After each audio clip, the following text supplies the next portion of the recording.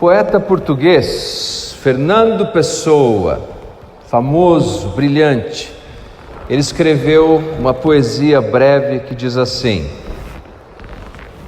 sabes quem sou? Eu não sei. Sabes quem sou? Eu não sei. Outrora, onde o nada foi, fui o vassalo e o rei. É dupla dor que me dói, duas dores passei. Fui tudo o que pode haver, ninguém me quis esmolar, e entre o pensar e o ser, senti a vida passar, como um rio sem correr. Sabes quem sou? Eu não sei. Não saber quem se é o maior desperdício de tempo que alguém pode ter. Viver uma vida inteira intrigado, com um ponto de interrogação em cima da cabeça: quem eu sou? O filósofo alemão Schleiermacher conta uma história. Ele estava sentado numa praça e um policial veio ao encontro dele e perguntou: Senhor, quem é você? E ele respondeu: excelente pergunta. Era exatamente nisso que eu estava pensando. Eu gostaria tanto de saber quem eu sou. Não saber quem somos não é o único problema que nós enfrentamos. O outro desafio que nos bate à porta continuamente é não saber qual é o problema que temos em nossas vidas. Quem eu sou, como é que eu conserto a minha vida, qual botão eu aperto. Alguns de nós, inclusive, nós temos tanta certeza de que o outro tem problema, que nós contratamos alguém para ver se conserta o problema dele. Algumas vezes nós criamos as nossas próprias teorias a respeito dos nossos problemas. Mas me parece que existe uma situação muito semelhante com essa que enfrentei esses dias. Eu dei uma carona para o seu Adair, que trabalha conosco aqui na Becar, e fomos levar um dos nossos ônibus para o concerto. Soa bem, né, quando diz assim, um dos nossos ônibus. Mas na verdade, juntando os dois, não está dando um ultimamente. E nós deixamos lá para o concerto. No dia seguinte, precisava dar uma carona novamente para apanhar o veículo. A Julie perguntou: você vai demorar? Eu disse: não, deve ser rápido, afinal de contas o problema está resolvido. Quando chegamos lá, o senhor Adair vai dar partida no ônibus e nada. Eu fiz o que todo homem alfa deve fazer: abri o capô, e aí você olha em todas as direções, e você tem a convicção de que não tem a menor ideia de qual é o problema. Você já fez isso, eu sei que você já fez. Continue fazendo, é um bom sinal da sua virilidade. Abra o capô, olhe, quem sabe acontece alguma coisa. O apóstolo Paulo, na sua carta aos Romanos, ele descreve esse dilema que nós vivemos. No capítulo 7, abra por favor a sua Bíblia na carta de Paulo aos Romanos, no capítulo 7. Ele diz assim, nós vamos pensar do capítulo 7, 2 versículos, e depois vamos nos concentrar no capítulo 5. Mas vamos começar com o capítulo 7, versículo 15. Romanos, capítulo 7, versículo 15. Pode abrir a Bíblia, teclar a Bíblia, ligar a Bíblia. Porque nem mesmo compreendo o meu próprio modo de agir, pois não faço o que prefiro, e sim o que detesto. Versículo 19. Porque não faço o bem que prefiro, mas o mal que não quero, esse faço. Mas que confusão! Quem sou eu O que está de errado comigo? Aqui temos o apóstolo Paulo descrevendo essa confusão interior, essa bipolaridade interior, desejos contraditórios dentro dele. Quando o apóstolo Paulo escreve essa carta à igreja de Roma, a cidade mais importante do Império Romano, ele escreve para uma igreja que nasceu por ocasião do Pentecostes. Você lembra em Atos capítulo 2, é o que nós chamamos de a inauguração da igreja de Cristo. Isso porque o Espírito Santo de Deus veio sobre aqueles 120 discípulos e eles passaram a falar em outros idiomas. E nós sabemos disso porque naquele encontro, naquela celebração chamada Festa do Pentecostes, pessoas de vários lugares estavam ali. Eram judeus que seguiam a orientação da lei, que deveriam celebrar o Senhor no dia da Páscoa em Jerusalém. E lá eles ouvem o anúncio da mensagem gloriosa de Jesus e eles se convertem. Naquele dia houve uma conversão massiva, milhares de pessoas se converteram. E depois eles retornam às suas terras de origem. Dentre aquele grupo, alguns retornaram a Roma e lá fundaram uma igreja cristã. Essa igreja em Roma era uma igreja mista, uma igreja mestiça, uma igreja composta por judeus e não judeus. Para entendermos o tamanho da complexidade disso, judeu tem dia de festa, dia sagrado, dieta alimentar regulada, e o não judeu, todo dia é dia, e se qualquer coisa se mexe, você pode comer. Isso obviamente produzia uma tensão interna naquela comunidade de fé. Essa tensão interna não fazia com que eles se odiassem, mas tirava deles a unidade, tirava deles a harmonia necessária para que a obra de Deus pudesse avançar. Afinal de contas, Jesus disse que um reino dividido não subsiste. Paulo escreve uma carta, em pedido de visitá-los, ele escreve uma carta maravilhosa, e graças a Deus que ele não conseguiu visitá-los, senão provavelmente não teríamos a carta aos Romanos. Uma carta que é praticamente um livreto de 16 capítulos, muito profunda. Nessa carta ele tem o objetivo de unir esses irmãos, e lá no capítulo 15 nós sabemos, porque esses irmãos unidos enviariam Paulo como um missionário à Espanha. E para unir esses irmãos, o argumento de Paulo é muito interessante. Paulo nivela a todos sob a ira de Deus. Primeiro capítulo.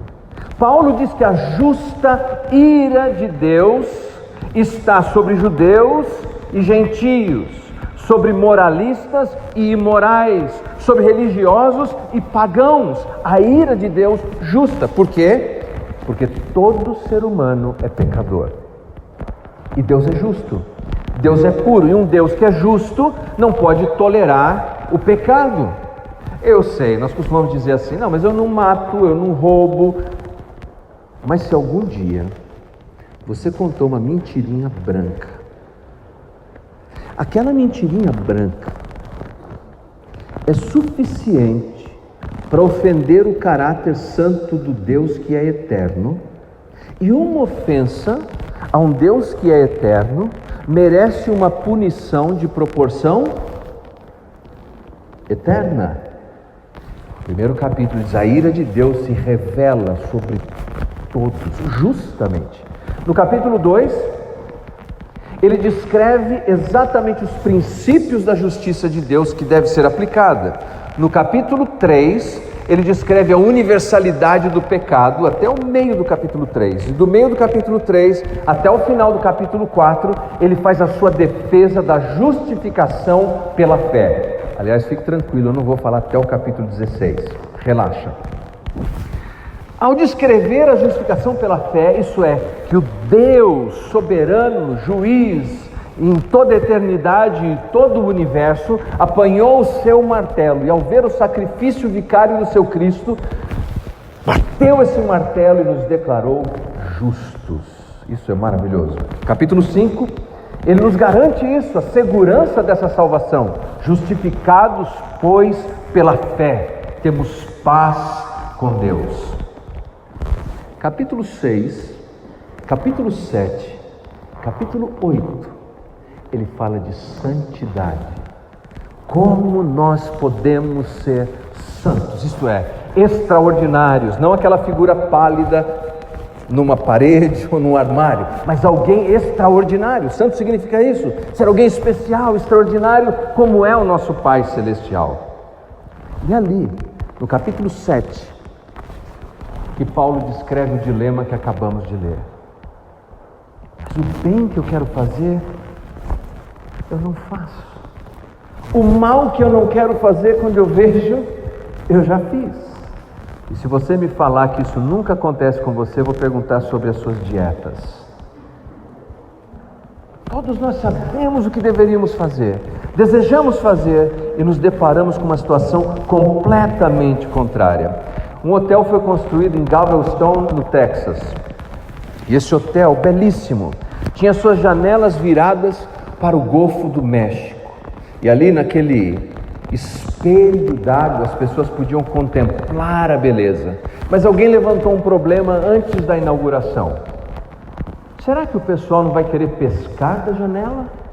Imagine trazer aquelas tralhas de pesca e anzóis e linha e boia e isca de todo tipo e começar a pescar da janela do hotel. E o outro disse, verdade, isso pode acontecer. Vamos resolver o problema, vamos colocar uma placa dizendo, proibido pescar da janela do hotel. E fizeram isso. Pergunto, resolveu o problema? Vocês acham que ninguém pescou da janela?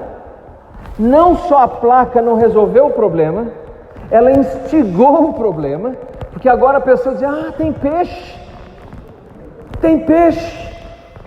E ainda revelou um outro problema, que é uma rebeldia inata que o ser humano carrega. Uma canalice velada, escondida, que se for estimulada, vem à tona. Capítulo 5, Paulo nos explica, por meio de uma analogia, qual é o problema e qual é a solução do problema. Abra sua Bíblia no capítulo 5, por favor, a partir do versículo 12.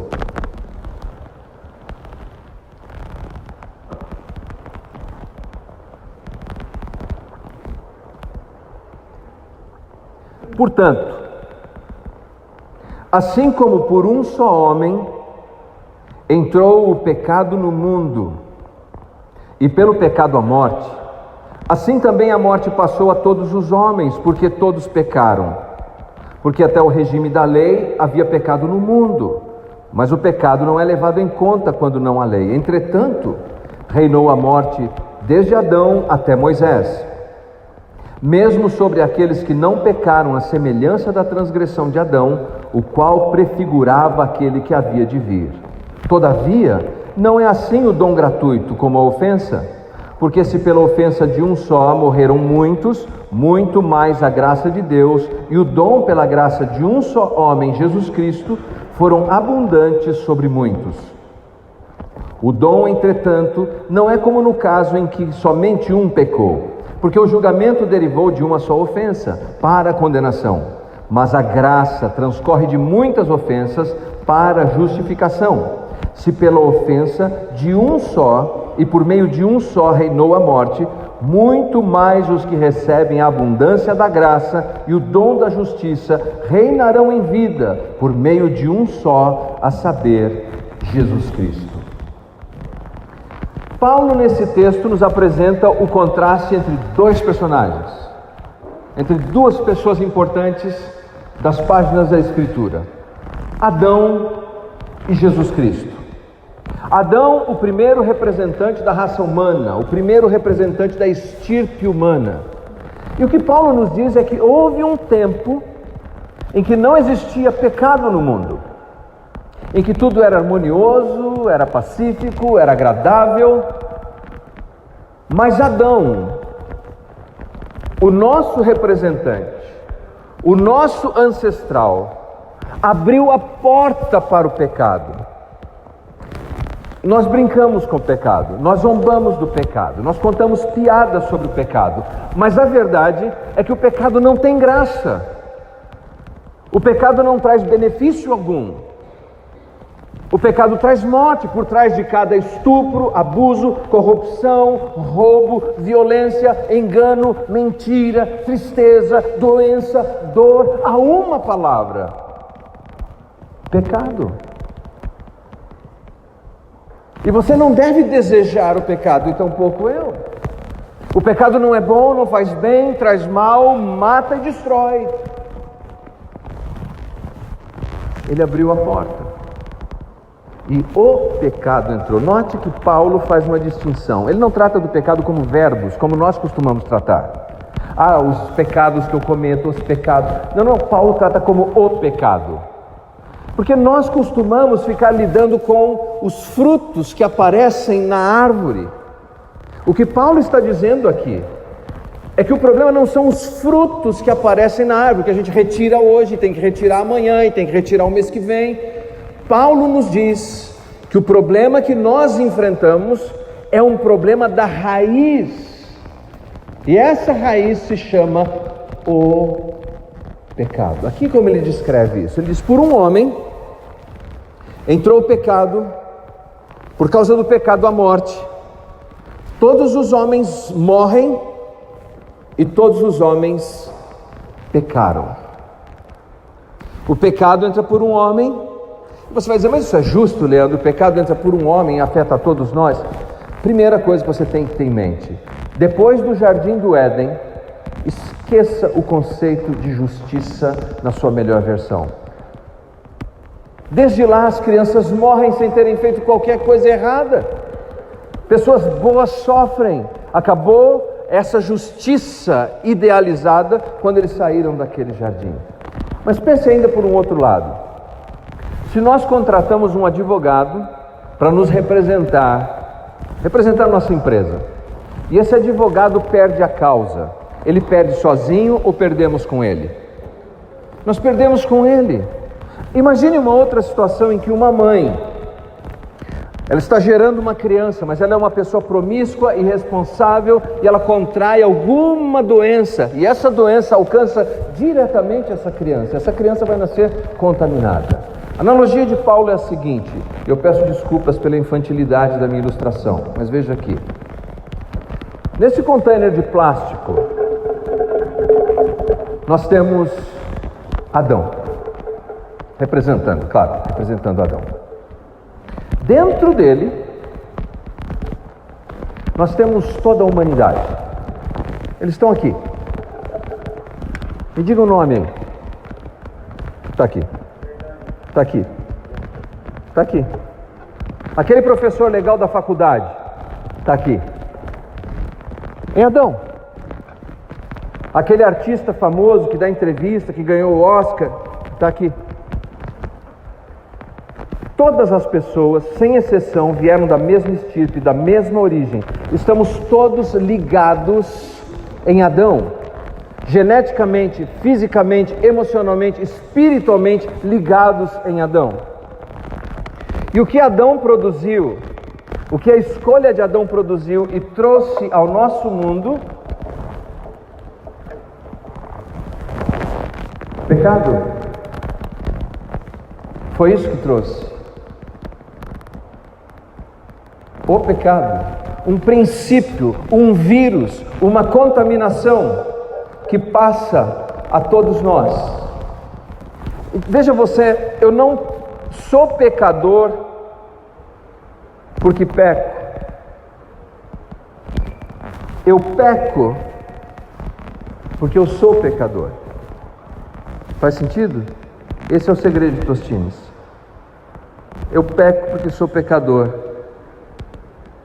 É a minha natureza ligado a Adão. E o que isso produz é morte. Veja só, é a conclusão do versículo 14, veja só. A morte reinou, versículo 14.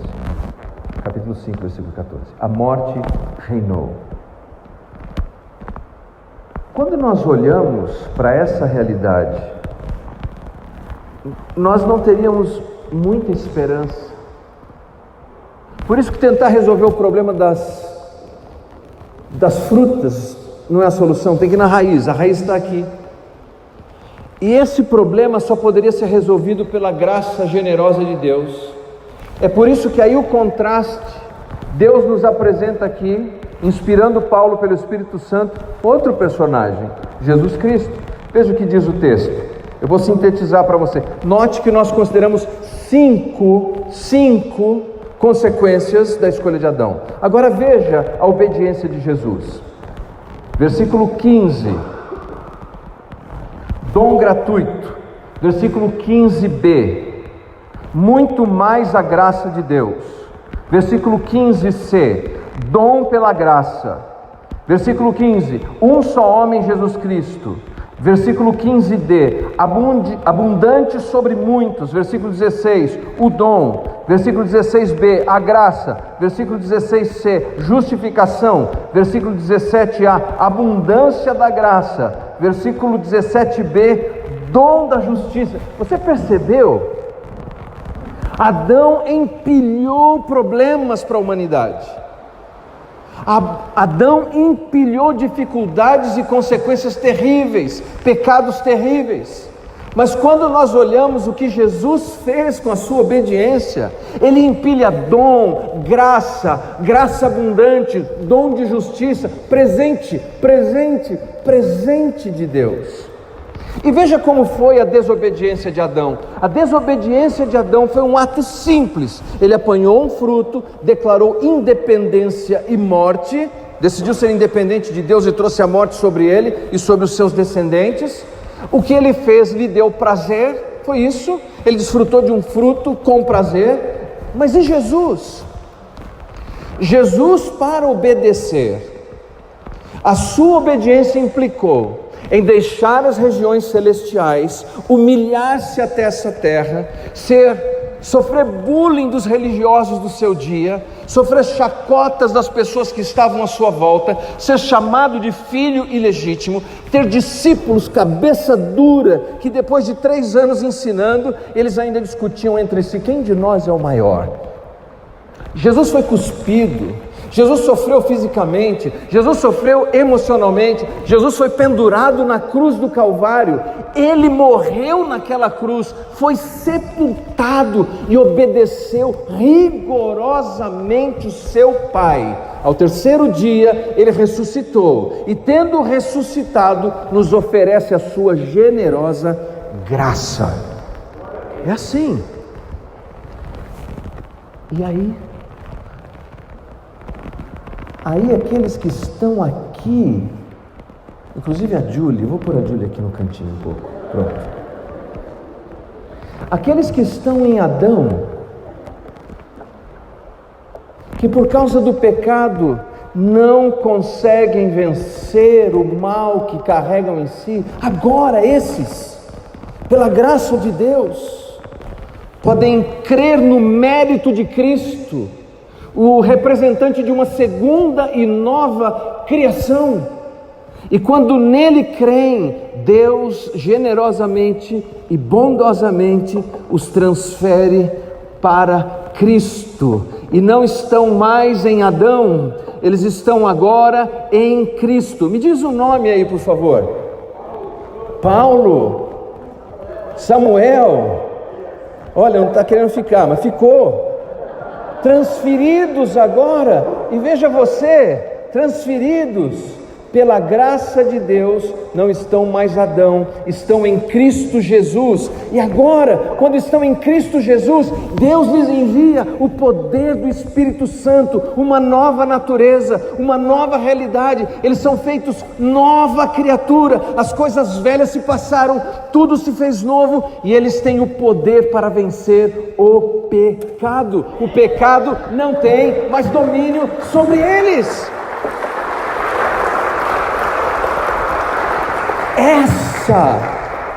Essa é a nossa realidade. Dizem que há 2 tipos de pessoas na vida: os que não sabem e os que não se importam. Nessa noite, cada um de nós deve responder essa pergunta. Você pode dizer: eu já sei disso, mas eu não me importo, eu quero continuar vivendo aquela vida velha. Ou você pode dizer: não, agora eu sei, eu me importo, pela graça de Jesus, pelo poder do Espírito Santo, pela instrumentalidade da palavra de Deus, eu quero viver a nova vida. E você pode viver assim. Quando nós chegamos na conclusão, vimos na conclusão de Adão, que quem reinou? A morte. Agora veja a conclusão com Jesus, versículo 17. Julie, te peguei, vou colocar de volta aqui, agora eu vou pôr essa aqui. Versículo 17. Reinarão no céu, é isso? Reinarão no futuro escatológico, no fim dos tempos, é isso? Reinarão em vida, por meio de um só, a saber, Jesus Cristo. Se o pecado empilhava palavras e consequências, a graça de Jesus empilha virtudes maravilhosas e diz que eu e você viveremos e reinaremos agora em vida. O que significa isso? Que eu e você somos livres, não na nossa própria força, não no nosso próprio poder. O equívoco que nós temos é pensar assim: Senhor, eu estava em Adão, Sua graça me alcançou, o Senhor me colocou em Cristo, agora deixa comigo que eu vou viver a vida cristã. Errado! Não podemos, não conseguimos, não temos força, é por isso que nos frustramos, erramos. Nós devemos dizer: Senhor, eu estava em Adão, eu não conseguia viver a vida que eu deveria viver, a Sua graça me alcançou, o Senhor me colocou em Cristo, e o Senhor vai me capacitar a viver a vida que Te agrada, porque eu não consigo, e sendo assim, a glória será sempre Tua. É isso, é Ele, para a glória dEle. Não importa o que o pecado trouxe, a graça de Jesus é maior, é muito maior, é muito melhor. Voltando à nossa pergunta inicial: quem sou eu? Eu sou alguém que nasceu de novo, que pode confiar em Jesus plenamente, que vence os meus temores. Um amigo compartilhou que foi com a irmã dele ao médico, e lá ela recebeu um diagnóstico terrível de um câncer feroz. Ele olhou para a irmã meio desconcertado, sem saber que resposta ela daria àquela situação. Ela olhou de volta ao irmão e cantarolou assim: Ele me amou, Ele me ama, Ele me amou, Ele me amou, Ele me ama, Ele me amou. Como alguém ouve um diagnóstico desse e não se desespera? Como alguém ouve um diagnóstico desse e louva o amor generoso de Jesus? Sabe por quê? Porque essa pessoa é livre, não tem medo de mais nada nem ninguém, não está mais nessa existência medíocre e pequena de Adão, está em Cristo. Quem sou eu? João 1,12 diz que eu sou filho de Deus. João 15,15 diz que eu sou amigo de Jesus. Romanos 5,1 diz que eu sou justificado. 1 Coríntios 6 diz que eu sou um espírito com o Senhor. Coríntios capítulo 6 diz ainda que eu sou propriedade do Senhor. Coríntios 12 diz que eu sou corpo do Senhor, membro do seu corpo. Efésios 1 diz que eu sou escolhido de Deus, predestinado por Deus, adotado por Deus. Colossenses 1 diz que eu sou redimido. 2 Coríntios 1 diz que eu sou ungido, selado. Filipenses 1 diz que eu sou uma obra que Deus concluirá. Filipenses 3 diz que eu sou um cidadão do céu. 1 João 5 diz que eu sou nascido de Deus e o maligno não pode me tocar. Romanos 8 diz que eu estou livre da condenação. Romanos 8 diz: chamados, predestinados, glorificados. Quem sou eu? Eu sou livre. E você, se você crê em Jesus, você é livre. É por isso que você não precisa viver preso aos erros e aos pecados do passado. Vamos nos colocar em pé.